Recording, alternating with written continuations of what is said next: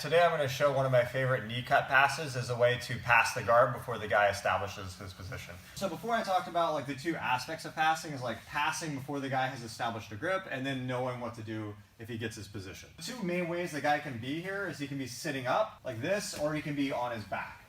Okay?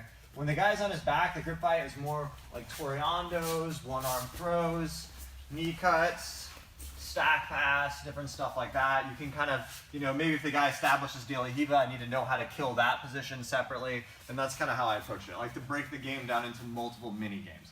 Okay, so one of the more difficult places to pass the guy like immediately is when he's sitting up. Partly because the guy has his hands active and he can grip fight more. So if you come in and try to engage a little bit, it's easy for the guy to get a lasso, to get De La Hiva, to grab your lapel instead of worm guard. So it's really difficult. When I approach this, I really want to keep my distance from the guy before I execute a move.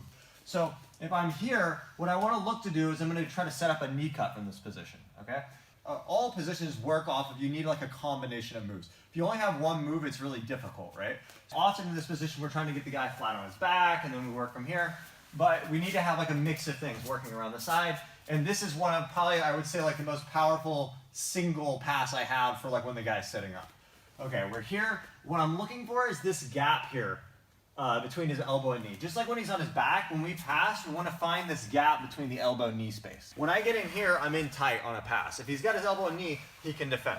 So I'm going to look for the same thing when he's sitting up, right? I'm like this, I'm here, so I'm looking for that gap there. I can grab the wrist a little bit if I want to pull this up, and I'm going to shoot from a distance with my knee to go through that gap. So we're here, I keep my distance so he can't really get good grips, and I shoot my knee through that hole.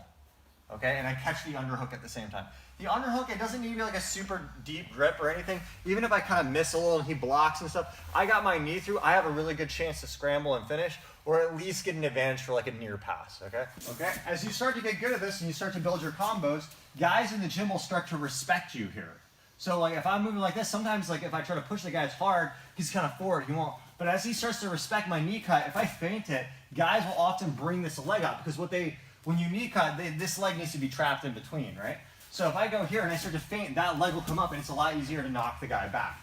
And that's the kind of stuff you look for, is to mix these things up. If the guy's hand is on the floor, this move's not going to work, okay? Unfortunately, like I always describe, like positions always change depending on what the guy's doing. If that hand's on the floor, I can't hit this blast cut in the same way. If you're good at knee cutting with both sides, which most people are not ambidextrous with their knee cuts, you could go the other way. I could be here and I could step in and hit this side, right? So if you feel comfortable doing that, that's a great way to go for it. Otherwise, a good sequence if you're there is to circle and go for this cross grip, circle this way. I can cross grip the sleeve and get here and circle this way. That usually gets him to fall to his back. And now I'm more dealing with the grip fight when he's on his back, which is a little bit easier. So as always, the way I recommend for you guys to train is I really like to isolate things into separate mini games. Okay, each mini game has its own skill sets, right? So like maybe opening closed guard is a mini game. You're good at opening the closed guard, but you're bad at passing spider. So then you work on, say, passing the spider guard. You start in the spider guard, you get good at either passing it or getting out of it.